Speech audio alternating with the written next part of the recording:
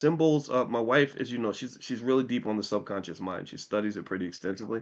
And one thing that she mentioned to me that I never forgot was that symbolism is one of the most impactful things that your subconscious absorbs. So ultimately, when you're talking about things that influence people, things that move people, things that get people to do things, symbols really matter. In fact, you see symbolism all the time in hip hop music videos.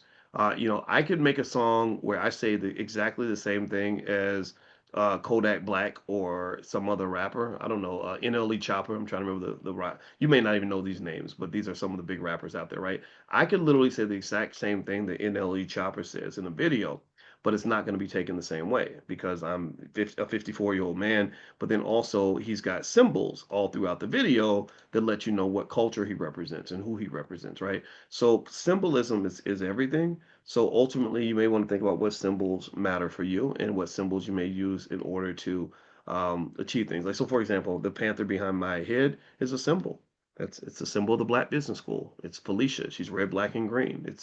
I like the panther. The panther's a ferocious animal. He ain't scared of nothing. He will bite you in your ass if you mess with him, and that represents the energy and the spirit behind which we created the Black Business School and everything that we do. We are not playing. Our goal is to get out here and win. We're not trying to be second place. We're not trying to integrate and make friends. We're trying to succeed, right? So the Panther was like, yeah, Panther's a good choice. So symbolism matters. You got to pay attention to that.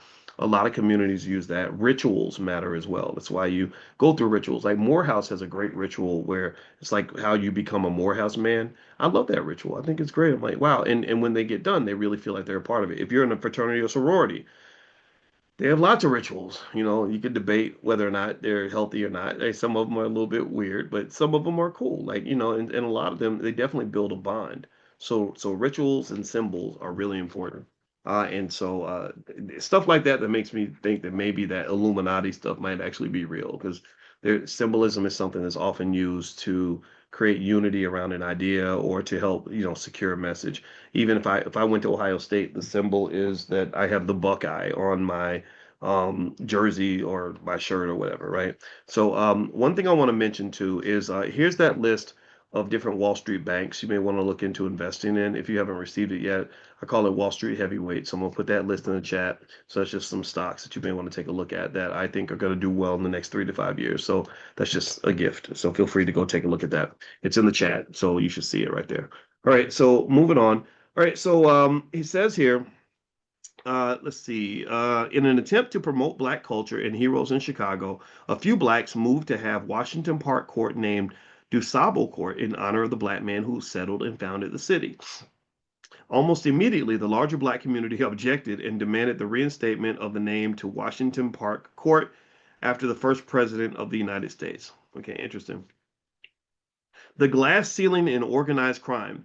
Organized crime, like politics and business, was a microcosm of American society and provided a path to mainstream society for most groups. Crime was organized with and through legitimate businesses beginning in the early 1930s.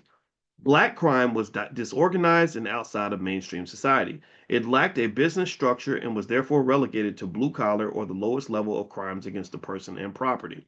In the 1930s, however, a few blacks started their own form of gambling called playing the numbers.